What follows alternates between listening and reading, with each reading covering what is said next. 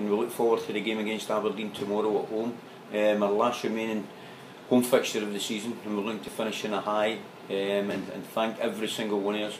It's going to go down as a memorable year for us in terms of the victory in the League Cup final, and we want to finish off in a high. Even should we win our remaining 2 fixtures, we'll have equalled St Mirren's highest number of points achieved in the SPL this season, which is a record that we set last season, and it shows you how competitive the SPL has been this season, with so many teams raising the bar with their own performance. And 43 points last season saw us finishing 8th, equalling our club's highest ever record in the SPL for points, and our highest finished in the top flight since the 80s.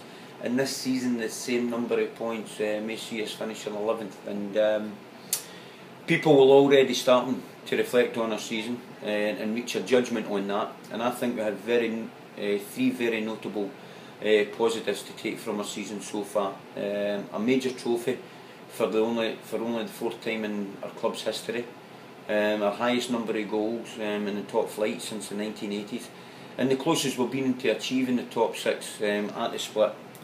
However, the biggest negative is that we sit second bottom and with 2 games to go, and we really want to improve on that with the 2 games that we have available.